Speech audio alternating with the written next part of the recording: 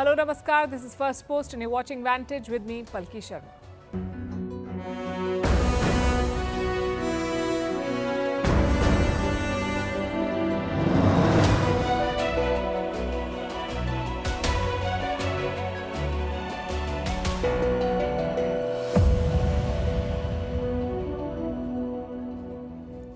Israel has begun its ground offensive in Lebanon. They're calling it a limited operation, but it looks like a full-scale attack. We'll bring you the latest from the ground as we also analyze Israel's espionage network to understand how it penetrated enemy ranks and killed the chiefs of Hamas and Hezbollah.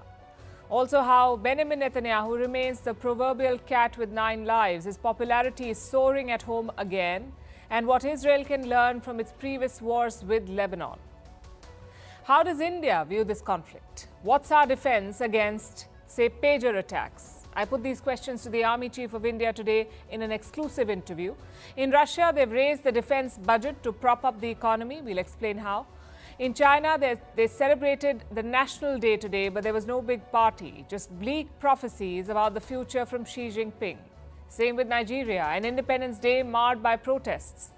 In California, a new law protects your brain data. As neurotechnology evolves, the whole world needs such laws. And Mount Everest is growing taller. We'll tell you why. All this and more coming up. The headlines first. Is Iran preparing to attack Israel? The U.S. believes so. Washington claims a ballistic missile attack by Tehran is imminent. The White House says it is ready to defend Israel. The U.S. has also warned Iran that such an action will have severe consequences. Israel says no aerial threat detected from Iran so far. In India, doctors in Kolkata are back on strike. They want the Mamata Banerjee government to accept their demands, which include better hospital security and health infrastructure. On 21st September, the doctors had called off their 42-day strike. The protest started over the rape and murder of a doctor at the RG Kar Medical College. U.S. vice presidential contenders J.D. Vance and Tim Walz will face off later tonight. The 90-minute debate will have no live audience and no fact-checking by the moderators. Both candidates are military veterans with strong blue-collar credentials. The debate is likely to be the last one of the 2024 election. A Tunisian presidential candidate is jailed for 12 years. The frontrunner is the incumbent president who was elected in 2019. Later, he orchestrated a sweeping power grab by dissolving parliament. The North African country goes to polls on 6th October. And Bhutan unveils plans for its mindfulness city. The move aims to attract foreign investment and international travelers. The project was announced last December. The Himalayan kingdom is struggling with widespread unemployment, which has forced thousands to leave the country.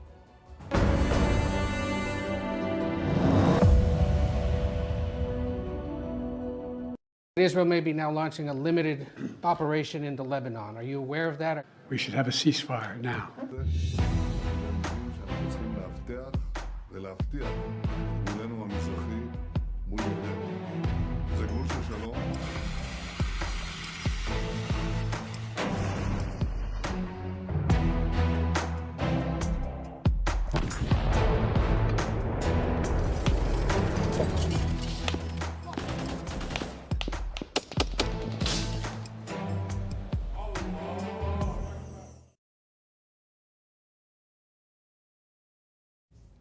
Joe Biden's appeals are falling on deaf ears. Israel is expanding the war.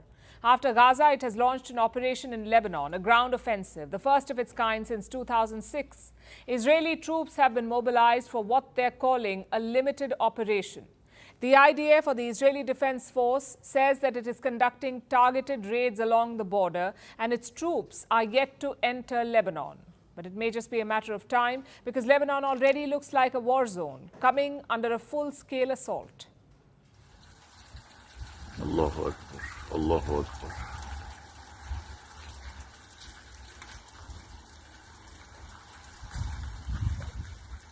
بنيت الصراط بس.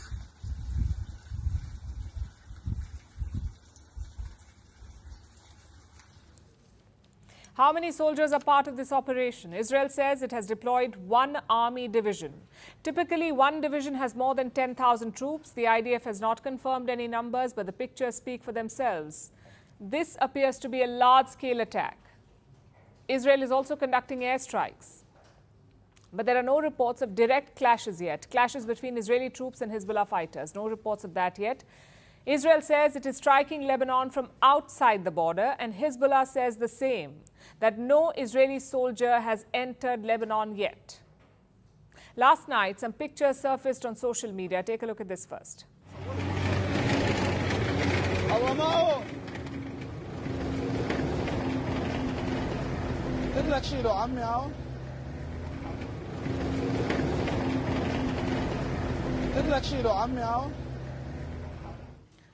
Now, we haven't been able to verify this, but these are Lebanese troops. Apparently, they were deployed near the southern border. Early reports claimed that Lebanon had pulled these soldiers back or that they left their posts. But a few hours ago, the Lebanese military has denied all such reports. They said that the troops were not pulled back. Instead, they were simply redeployed. They could be preparing for a bigger attack from Israel. That's the Lebanese version. Meanwhile, the IDF is asking locals to vacate the border areas, especially in southern Lebanon that shares the border with Israel, southern Lebanon. The Israeli military has issued warnings to locals there, to residents in at least 30 villages, asking them to leave. Save your lives. That was the message from the Israeli military spokesperson. He posted it in Arabic on social media. Save your lives. More than 1 million people have already been displaced in Lebanon. Israel has been pounding Beirut as well. That's the capital city of Lebanon. They say that they're going after the Hezbollah and dismantling their bases. Hezbollah turned Lebanese villages next to Israeli villages into military bases, all ready for an attack on Israel. Hezbollah had prepared to use those villages as staging grounds for an October 7th style invasion into Israeli homes. The entire situation is spinning out of control. Israel's operations have raised tensions across the region. They've sparked clashes in the West Bank. Israel conducted a military raid there too, in the West Bank. There was an exchange of fire. The locals fired upon Israeli forces and the Israeli army retaliated. At least one Palestinian is dead and 4 Israeli soldiers are injured. Israel is also defending itself against a barrage of rockets. Look at this map. It was published by their Air Force. There are red marks everywhere, pretty much covering the entire Israeli territory. Its air defense system intercepted rockets in all these areas. Air raid sirens were heard across Israel through the day today. These rockets came from the north. They were fired by the Hezbollah. They did not cause any significant damage, but they delivered a clear message from the Lebanese side. Israel may have taken out top Hezbollah commanders, including its leader Hassan Nasrallah. Israel may have left the Hezbollah weakened, but it is not defenseless. That was the message. That's what these rockets were supposed to convey. They were a demonstration of the Hezbollah's capabilities, proof that they can strike targets deep inside Israel. You see, Hezbollah still has long-range rockets in its arsenal, and it's not afraid to use them. In fact, that's the mood in Beirut as well. In my opinion, there is only a small possibility that Israel will be able to penetrate because the resistance remains strong.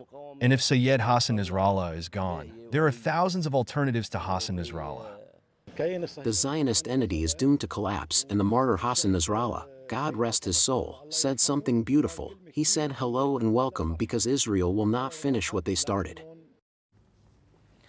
The Hezbollah is getting support from Yemen as well, from the Houthi rebels in Yemen. They launched drones towards Israel today. The Houthis targeted 2 Israeli cities, Tel Aviv and Eilat. The Houthis say that they were aiming for Israeli military posts. The drone forces of the Yemeni armed forces targeted a military target belonging to the Israeli enemy in the occupied Jaffa area, using a Jaffa-type drone. It also targeted military targets in the al-Rashrash, Eilat area with 4 Samad, 4-type drones. By the grace of God Almighty, both operations successfully achieved their objectives. The Houthis claim that their mission was successful, but Israel has countered the claim. The IDF says that it intercepted Houthi drones. Irrespective, Netanyahu knows that enemy attacks are far from over. If Israel keeps striking Lebanon, Iran and its proxies will hit back. But will they be able to cause any damage? That's our next story.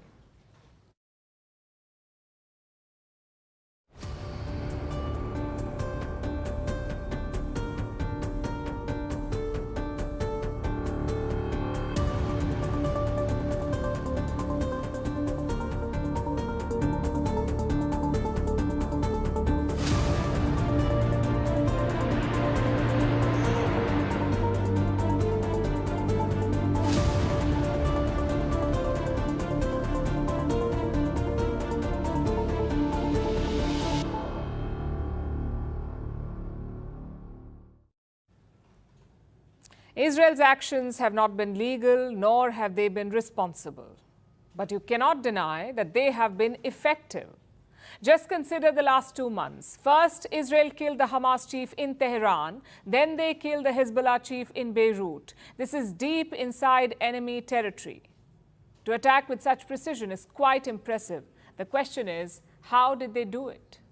How did Israel do it? Thanks to a vast network of espionage. We're talking about multiple moving parts here. You've got cyber surveillance, you've got satellite images, you've got moles and double agents, all of them combined to pinpoint these targets.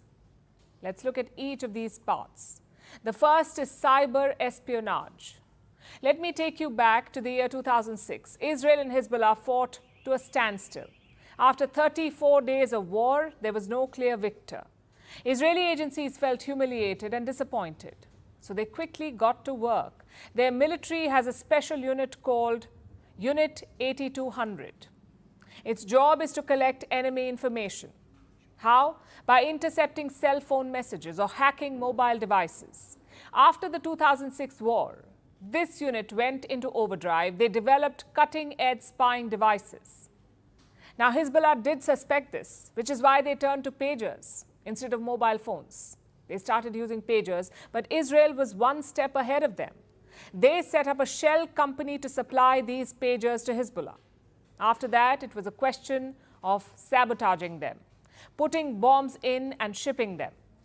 Chances are this was a cross-agency operation. The Mossad, the Israeli Defense Forces, the Unit 8200, all of them coordinated to complete it. And that's a feature of Israeli intelligence. Yes, there are multiple agencies, but the work is seamless. There is great coordination between them.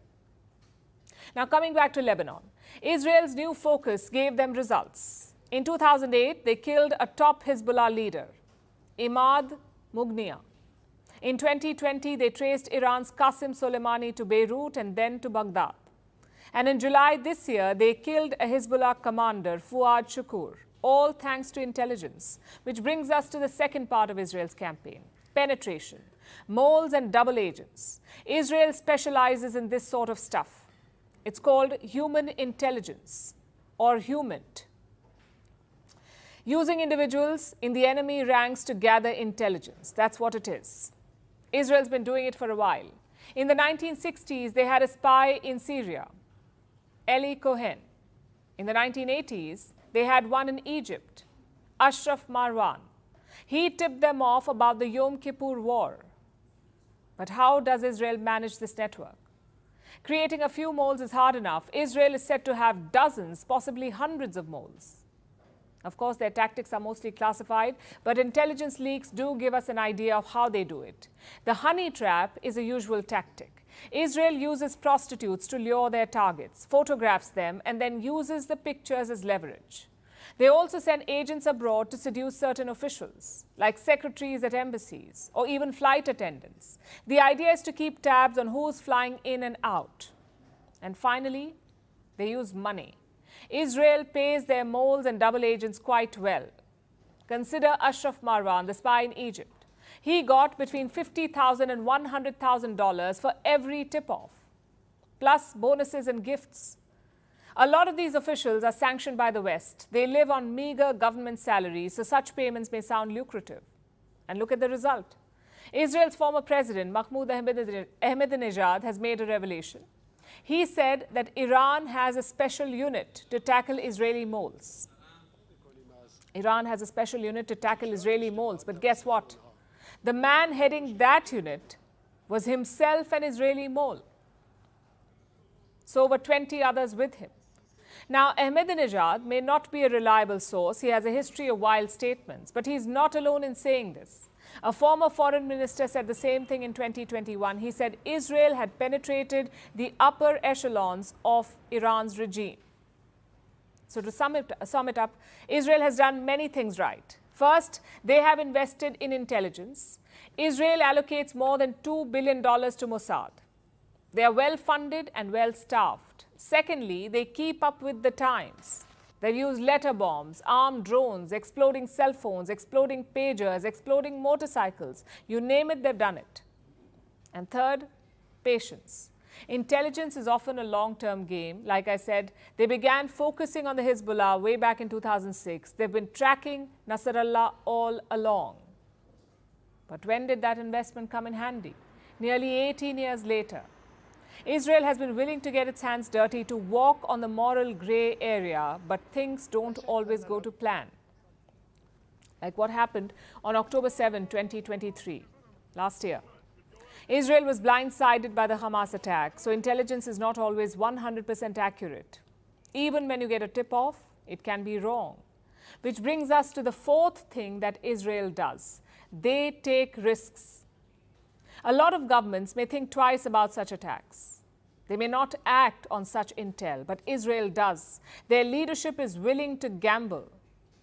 When it pays off, Israel looks invincible. And when it doesn't, their Western godfathers mop up after them.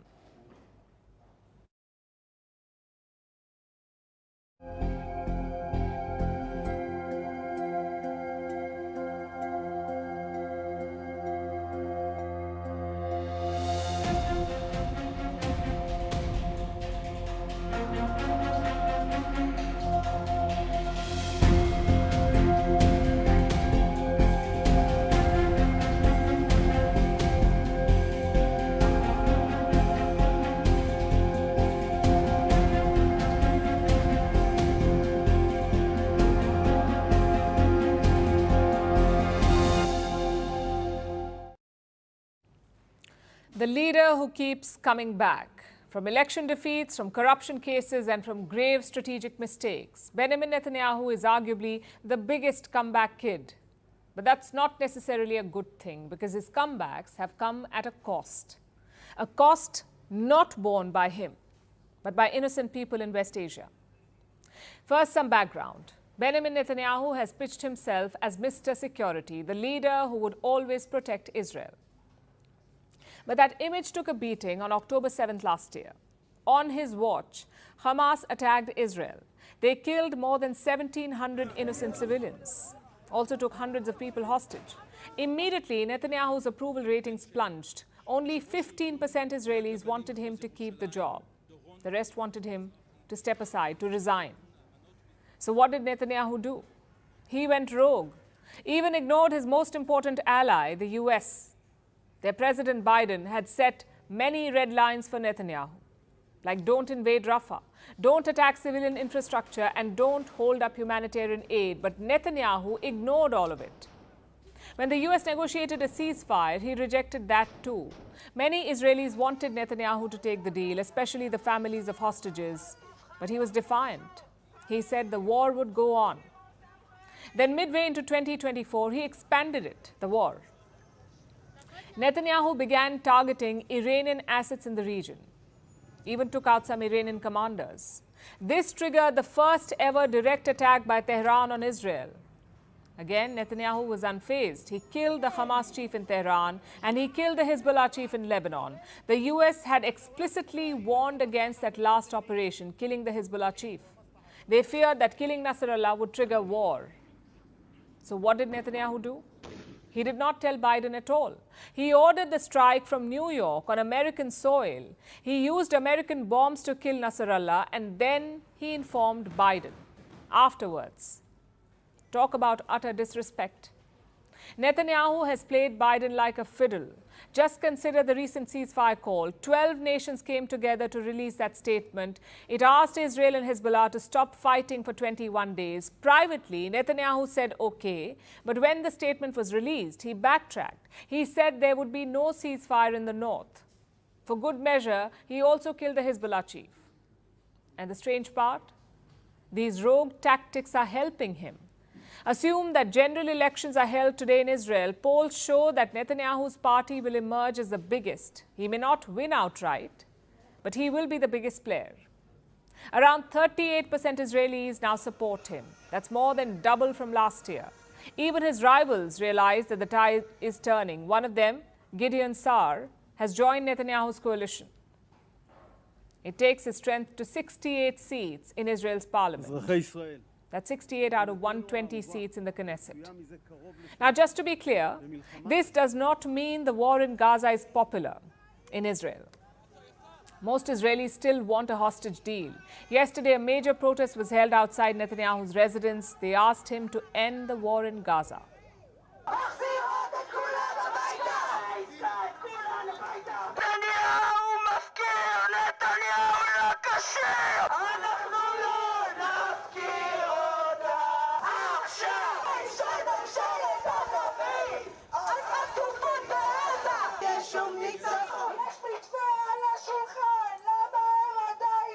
We came to the house of the Prime Minister of Israel to tell him that we expect him to turn the military achievements into a deal that will return all of the hostages, 101 hostages, back home.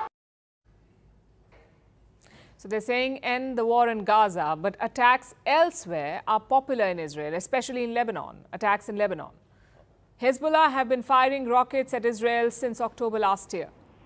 As a result, 70,000 Israelis have been displaced. For them to return home, Hezbollah must be dismantled. Hence, this newfound support for Netanyahu. Not many leaders could have pulled off this turnaround, but Netanyahu did, mainly because of two reasons. Number one, his appetite for escalation. Most countries in the world condemned him. His allies criticized him, yet he pushed on. He knew that he was killing innocent civilians in Gaza. Still, his strategy did not change. And reason number two, his understanding of American politics. You see, Netanyahu has spent a lot of time in the US. He's even studied in American colleges, so he understands Washington well. He knows which buttons to push. And that's why he ignored Joe Biden this whole time. He knew that it was election season in the US. The Jewish vote was always going to be crucial, so Biden simply could not abandon Israel. Netanyahu knew this, and he used that situation to his advantage. Like I said, he is the ultimate survivor, but history may not be kind to him. More than 40,000 Gazan civilians have paid for his comeback. Who knows how many Lebanese civilians will? Netanyahu's hunger for power has pushed West Asia into a wider war. It's a survival built on others' sacrifice.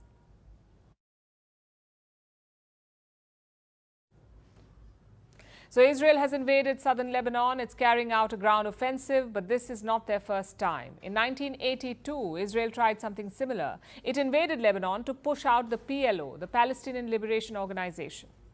And Israel succeeded. But the war gave birth to another enemy. That's the Hezbollah.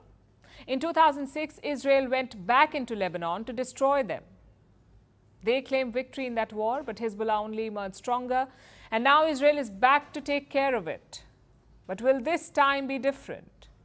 And what lessons can Israel learn from its previous wars? Our next report tells you.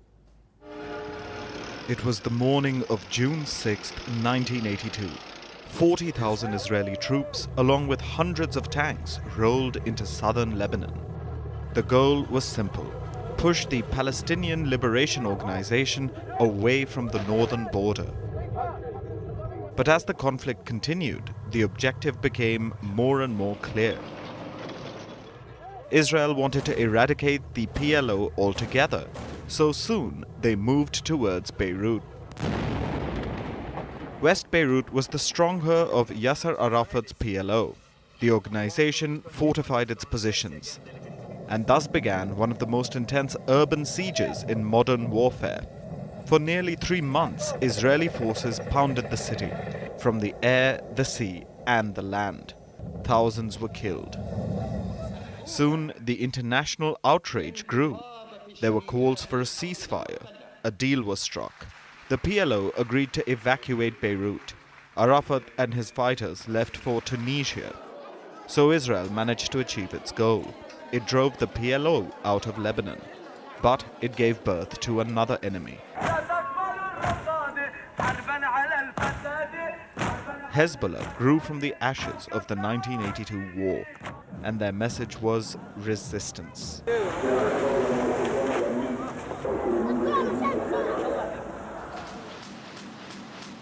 Israel may have ended the war, but it did not completely leave Lebanon. It carved a security zone to the north of their border. Israeli forces remained there, prompting the Hezbollah to target them frequently. Casualties mounted for Israel, and finally, in the year 2000, they made a decision.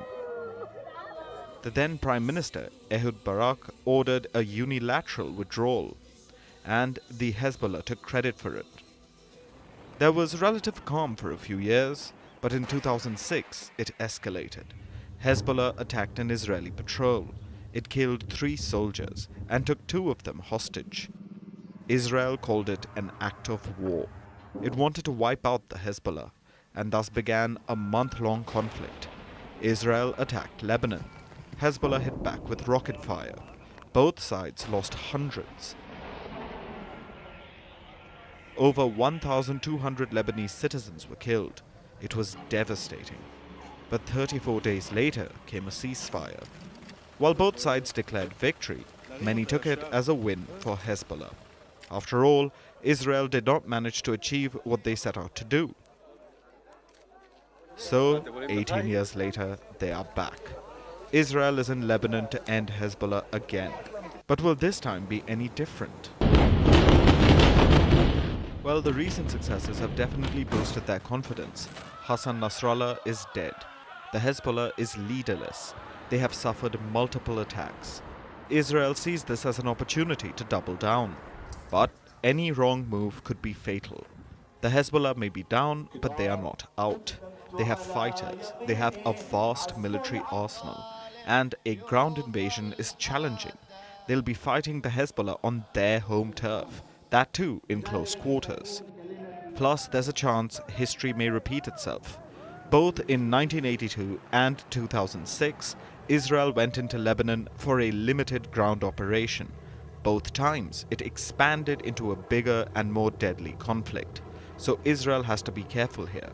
Its unsuccessful track record in Lebanon shows that it can't afford to overplay its hand once again.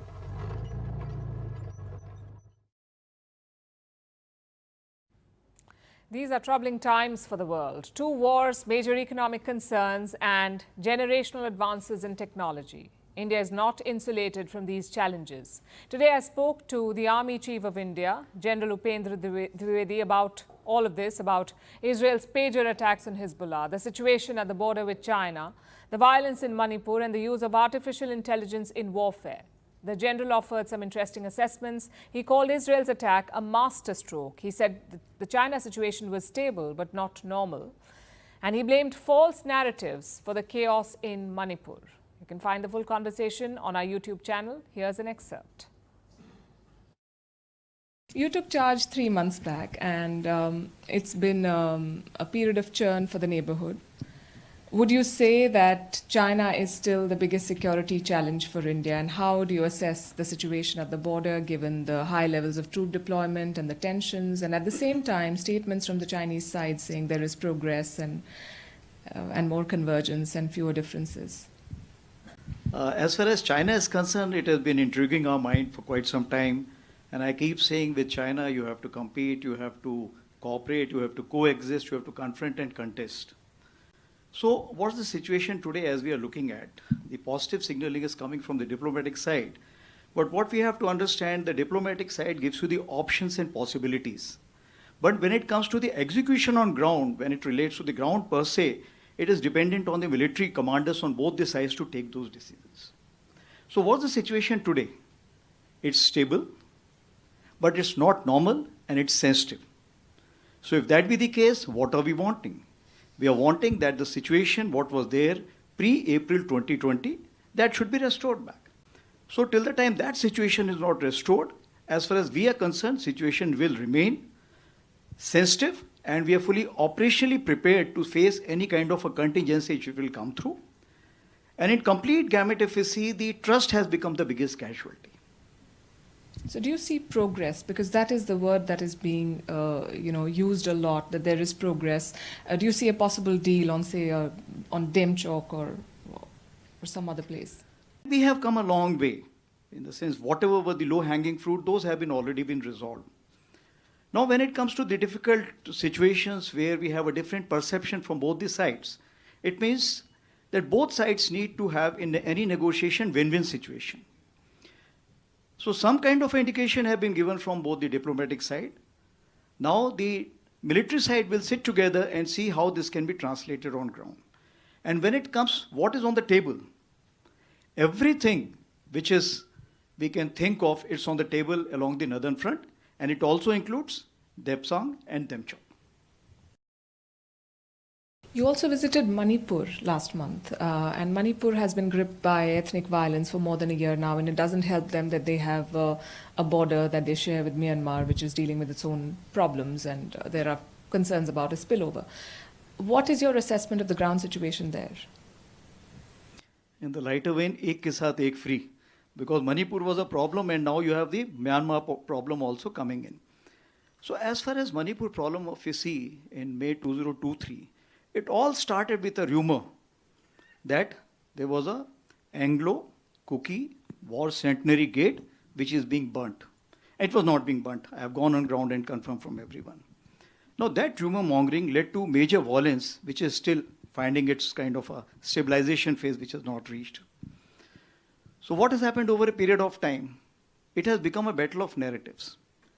There is a polarization between the communities. The situation may be stable today, but it is tensed.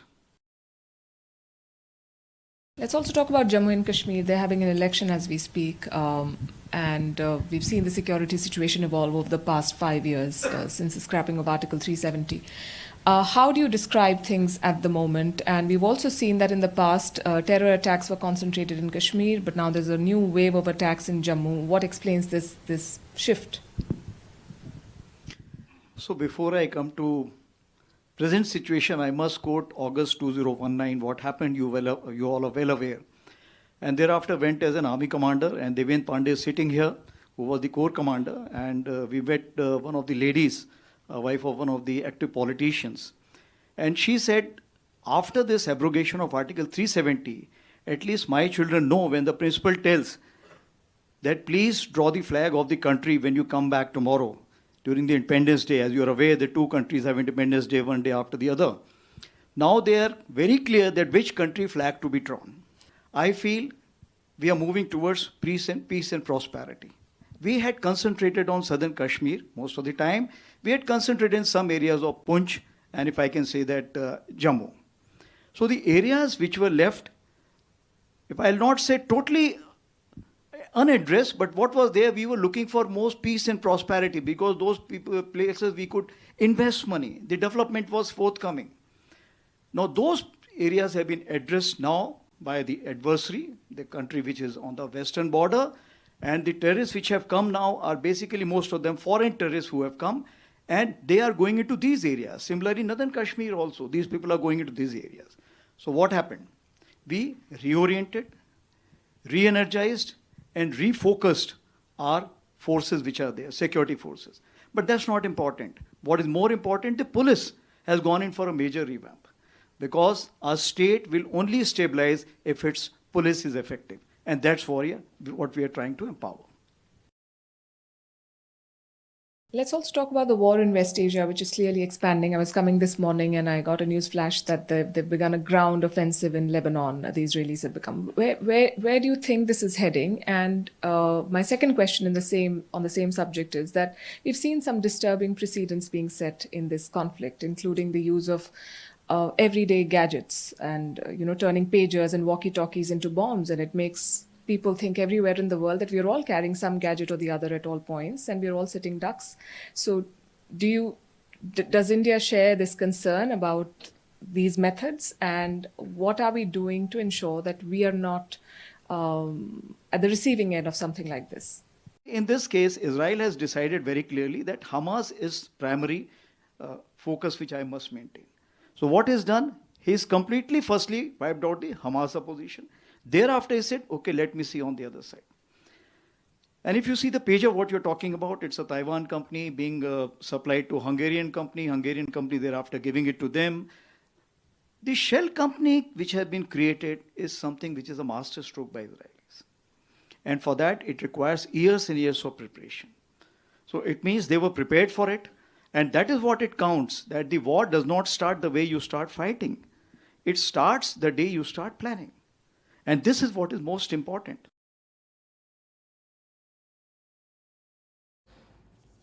Let's talk about the war in Ukraine. Russia is hiking its defense spending in 2025. It will be up by 25%, which means defense spending will account for over 6% of their GDP. This is the highest since the Cold War. But what explains this mammoth spending? Well, it could be the Russian economy. It looks resilient, but it is under pressure. Right now, the only thing sustaining the Russian economy is the defense spending. It looks good in the short term, but in the long term, it could be a problem. In fact, economists believe that Moscow could be in recession if it chooses to end the war. Our next report tells you why. За Россию! За победу! Ура!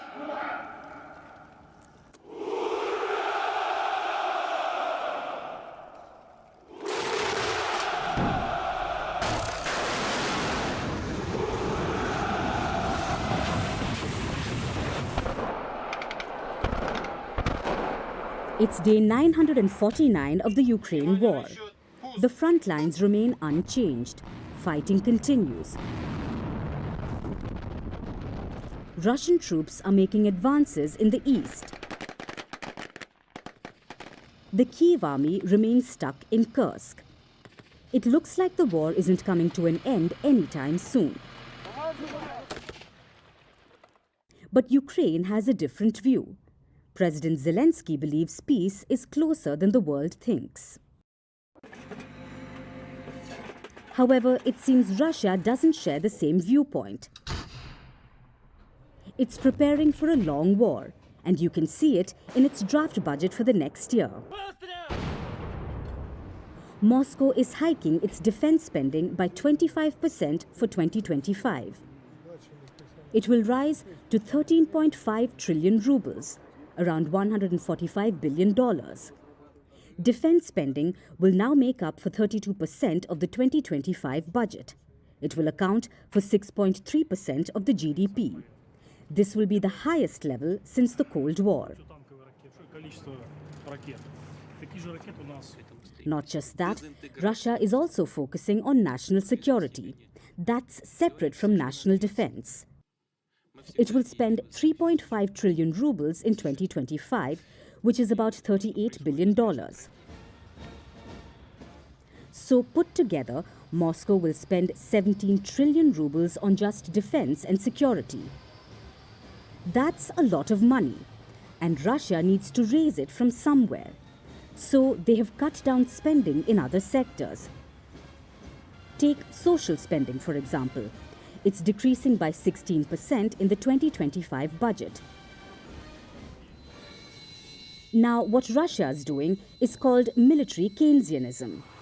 It's spending money on the military to boost the economy. This is how it works. The government spends a lot on defense. These investments create more jobs. The money circulates through the economy. Overall demand goes up, and economic growth gets a temporary boost. We can see that with Russia, despite sanctions, the economy remains resilient. This year, it will rise by over 3%. But here's the problem with this strategy. In the long run, it's not sustainable. That's because military spending cannot boost long-term productivity. The society can't benefit from it. In fact, it only diverts resources away from essential services. And that's already happening in Russia. So why then is Moscow doing it? It's because military spending is the only thing propping up the economy. Right now, it may look resilient, but there are some warning signs. The first is inflation. Consumer prices rose by 9% this year compared to last year. In September, the Bank of Russia hiked interest rates. They are up to 19%. That's the highest since the Ukraine war began. There are currency problems too. Moscow is sanctioned by the West, and that means a limited access to dollars. Its oil revenue is also plunging. All of this doesn't paint a very good picture. In fact, economists believe the Ukraine war is the only thing preventing Russia from plunging into recession, which explains the mammoth defense spending this time. But can Russia sustain this? Moscow's budget deficit is going up. This year, it will be 1.7% of GDP. That's up from the projected figure of 1.1%. That means the government is spending more money than it's earning. While Russia believes it can live through anything, the reality begs to differ.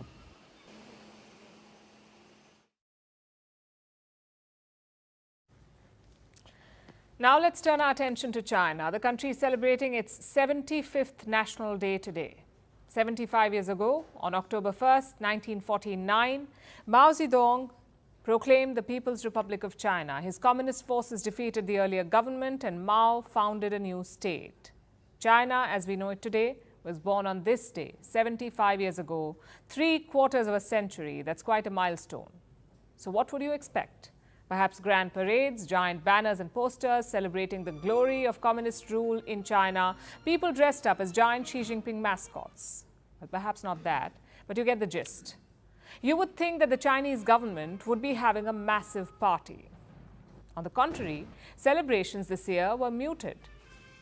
There were some flag-raising ceremonies in Hong Kong, Macau, and Beijing's Tiananmen Square. You know, the places best associated with the joys of CCP rule. President Xi Jinping was relatively quiet too. It seems that he was just letting people enjoy the day. So how did this happen? Why is China's Communist Party so subdued? Well, because of the economy. Xi Jinping held a banquet last night. He gave a speech which did not really signal the best of times ahead.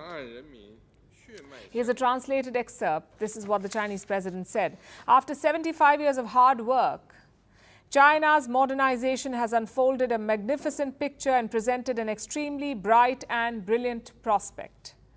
At the same time, the road ahead will not be smooth. There will definitely be difficulties and obstacles, and we may encounter major tests such as high winds and rough seas or even stormy waves. That's not exactly the most celebratory speech, is it? Xi Jinping knows that the road ahead will be tricky as China continues to struggle economically. A few years ago, China was flying high, double-digit growth, record poverty reduction, a thriving manufacturing industry, and a booming real estate sector. That is what Xi Jinping inherited in 2013, when he became China's president. But then he worked some of his magic. A crackdown on dissent, a crackdown on businesses, tightening the iron fist around Hong Kong's neck, violent rhetoric about invading Taiwan, picking fights with every single neighboring country, and so on and so forth. Then came the Wuhan virus pandemic and Xi's brutal zero-COVID lockdowns. Is it any wonder then that economic growth is down? Consumer sentiment is at record lows. The property sector needs a massive bailout and China could miss its 5% growth target this year. This isn't the 75th National Day that Xi wanted. Last week, we saw him desperately trying to turn things around by throwing money at the problem. China announced a stimulus package, which may or may not help jumpstart the economy. It's still too soon to tell.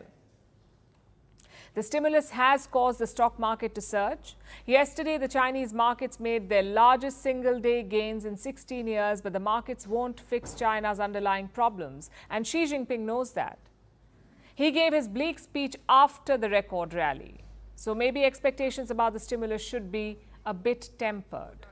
And besides, it's not like Xi Jinping is changing his approach to geopolitics. Take a look at another part of his speech from last night. Taiwan is China's sacred territory. People on both sides of the straits are related by blood, and blood is thicker than water. Achieving the complete reunification of our homeland is the common aspiration of the Chinese people, whether they are in China and abroad. It is an irreversible trend, a matter of justice, and it is in accordance with the will of the people. No one can stop the march of history. Xi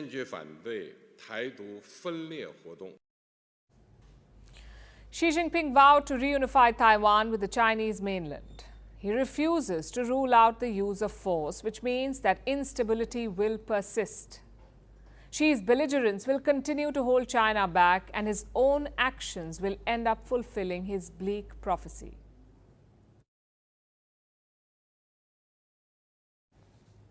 Our next story is somewhat similar to the last one. It's about Nigeria, Africa's most populous nation. It is Nigeria's Independence Day today. 64 years ago, they won their independence from the British. Today was supposed to be a day of celebration. Instead, it was marked by protests and police action. The protests were against bad governance in the country. Similar protests were held in the month of August for 10 days, but they fizzled out. Today, some people wanted to revive the demonstrations, so they organized themselves online using the hashtag #FearlessInOctober. But the turnout was low. It seems despite the name, people were still afraid. And it turns out that those fears were justified. Here's our report.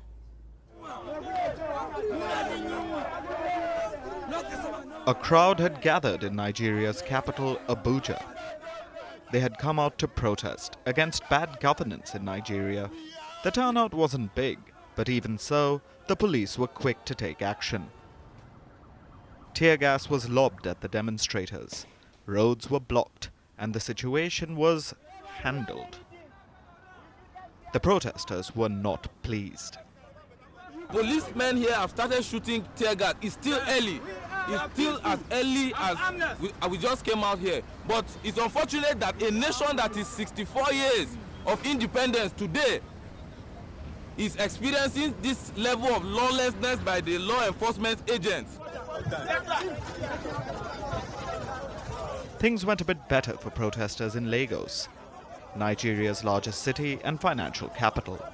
Hundreds took to the streets of Lagos. They were demonstrating peacefully and singing Nigeria's old national anthem. The country changed the anthem in May, so singing the old one was an act of defiance. It was symbolic, considering that today is Nigeria's Independence Day. 64 years ago, the country overthrew the British.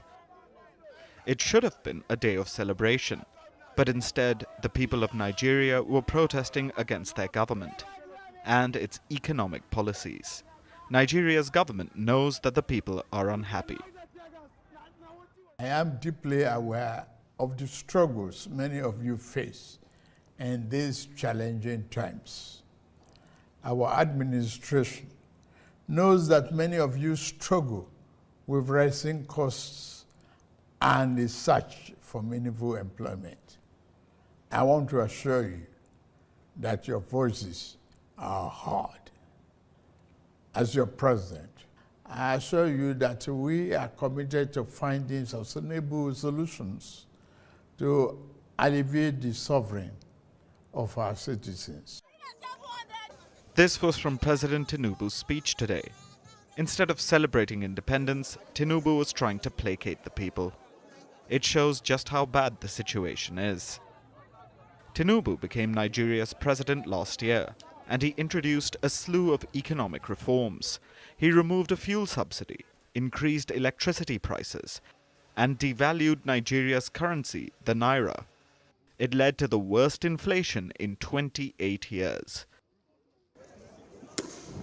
This sparked public anger, and protests erupted in August. But the Nigerian government crushed those demonstrations. At least 21 people died, and 10 were charged with treason. So the protests fizzled out. They were supposed to restart today. Organizers were trying to rally people online, using hashtags like #FearlessInOctober or #FearlessOctober1st. But it seems that this did not work, because the Nigerian state was prepared to induce fear. There are reports that some protest organizers were abducted and taken to Nigeria's capital. The military was deployed to assist the police in handling the protesters. The environment was meant to stifle dissent, and it seems to have worked.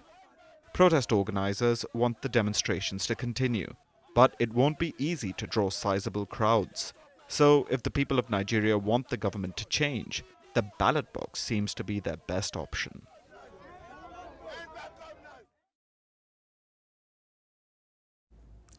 Before our next story tonight, let me ask you a question. Do you use an app to meditate? What about an app to increase your focus? Or do you wear a device like a smartwatch or a headset to sleep better or to reduce stress? Actually, it doesn't really matter what tool you use and why. If you have ever let technology inside your mind, this story is for you.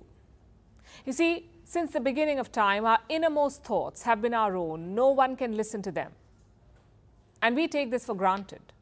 But our thoughts may not be private for much longer thanks to technology, which is growing by leaps and bounds. There are brain apps, devices, and implants. They all promise to help us. So we sign up. And what happens next is this.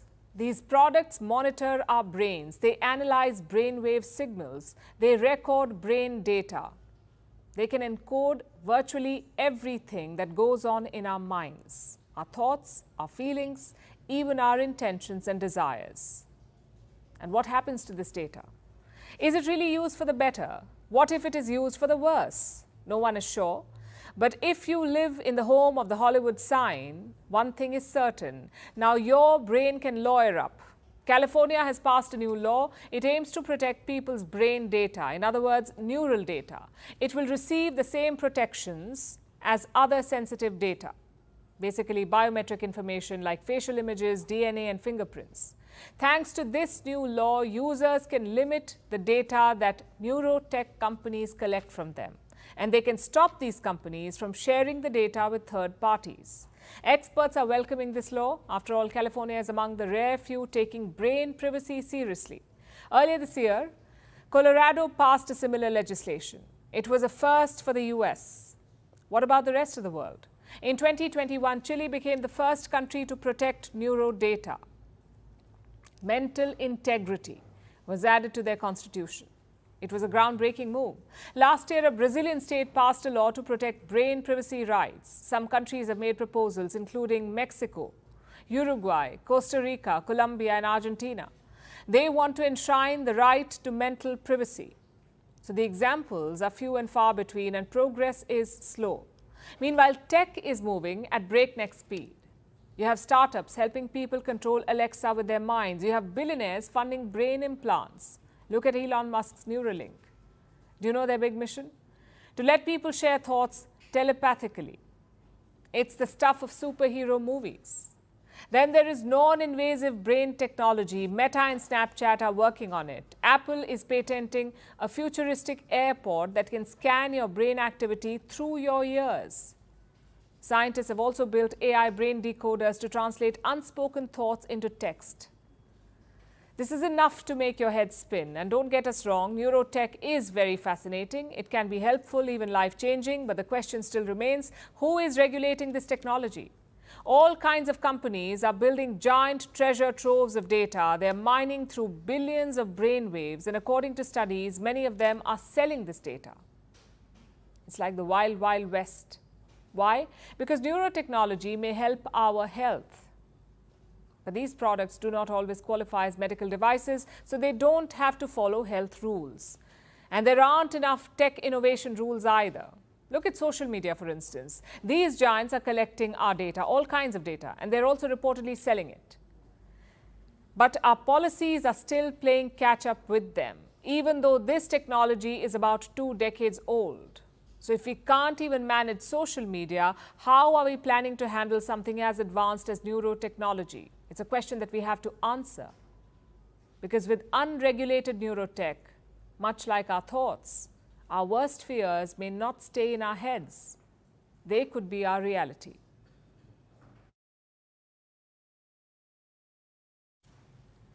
Climbing Mount Everest has always been a tough task, but now it's only getting tougher because the Everest is getting taller. We're not kidding. Mount Everest is a geological marvel. This Himalayan peak is more than 29,000 feet tall, making it the world's tallest mountain. But according to a new study, it is only getting taller by about the width of a strand of spaghetti each year. Why? Because 89,000 years ago, one river ate another. Confused? Here's our report. This is Mount Everest, a Himalayan peak, a geological marvel, and a potentially lethal climbing challenge. But guess what? With each passing year, this challenge is only getting tougher. You already know that the Everest is staggeringly tall, At 29,032 feet, it's about 800 feet taller than other Himalayan peaks like K2, Kanchenjunga and Lhotse. Everest is the world's tallest mountain, and it's getting taller. It grows by several millimeters each year. That's about the width of a strand of spaghetti. This may not sound like much, but over the last 89,000 years, the mountain has risen by up to 164 feet, and it continues to grow. Why? Because of what happened 89,000 years ago. But to understand that, let's go back further in history, to about 50 million years ago when the Everest was formed. There was a giant clash among the tectonic plates. The tectonic plate India rests on crashed into the Eurasian plate and then started descending below it. So one plate was slightly on top of the other, and the crust crumbled. This created the Himalayas. Now the Earth's crust may seem rigid, but it's not. So when something this massive, like a mountain range, weighs down the crust, it goes downward. And what's below the crust? The mantle. This is buoyant, so it pushes the crust upward. Think of it this way. The Himalayas are standing on a massive bouncy castle, which pushes them up and down. This happens gradually. But 89,000 years ago, something fascinating happened. The Arun River, which lies east of Everest, changed its course. It bumped into a river flowing north of the Everest and stole its water. Combined, the two rivers were a water giant, and they grew more erosive. They were washing away billions of tons of sediments. This wreaked havoc in the bouncy house below the Everest. It changed the topography and pushed the mountain upwards. We are still seeing the effects of this, and scientists say the Everest's growth spurt will continue for millions of years, then it will gradually stop. Because the Himalayas rise and fall, just like all mountain ranges, thanks to the so-called bouncy house, which comes with magical height-increasing perks.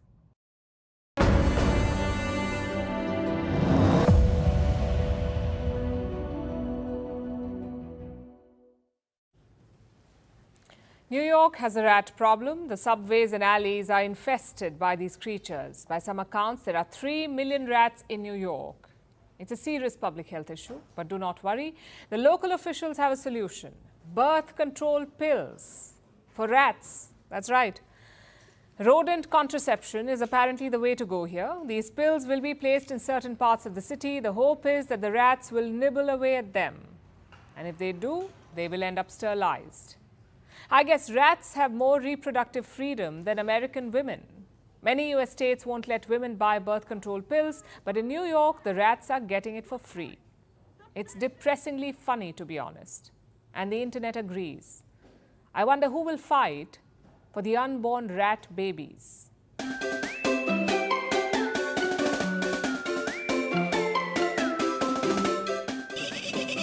Whoa, whoa, whoa, whoa, whoa, whoa, whoa, whoa, hey, hey, hey, hey, hey. Thank you.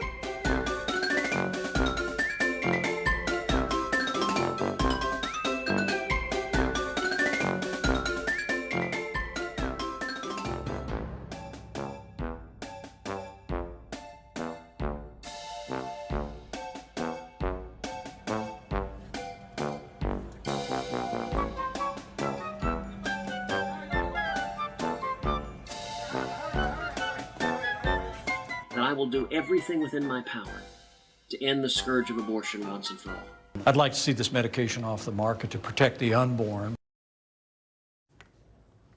Now it's time for Vantage shots, images that tell the story. A Russian fighter jet flies dangerously close to an American F-16 near Alaska. A deadly fire engulfs a school bus in Thailand, killing more than 23 people. And South Korea showcases its military prowess as missiles and tanks roll through central Seoul. Finally, we're taking you back in history. On this day in 1918, Arab forces captured Damascus from the Ottomans. They were led by a British soldier called T.E. Lawrence. His military strategy and role in this revolt solidified his status as a hero. He became known as the Lawrence of Arabia. We're leaving you on that note. Thank you for watching. We'll see you tomorrow.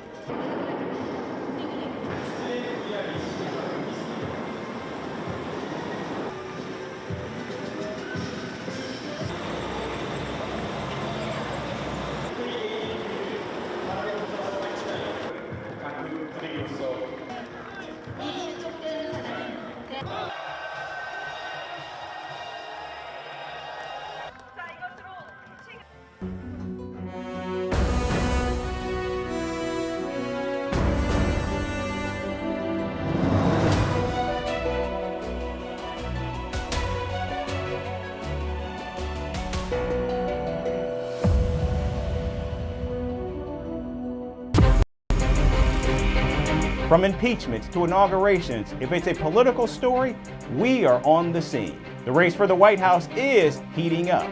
Kamala, you're fired! I say, bring it on. If it's breaking news, we're live with the latest coverage. From the White House, the State Department, and Capitol Hill. We know the issues, but above all, we know the players to bring you the latest in-depth analysis on all the key stories that we're covering.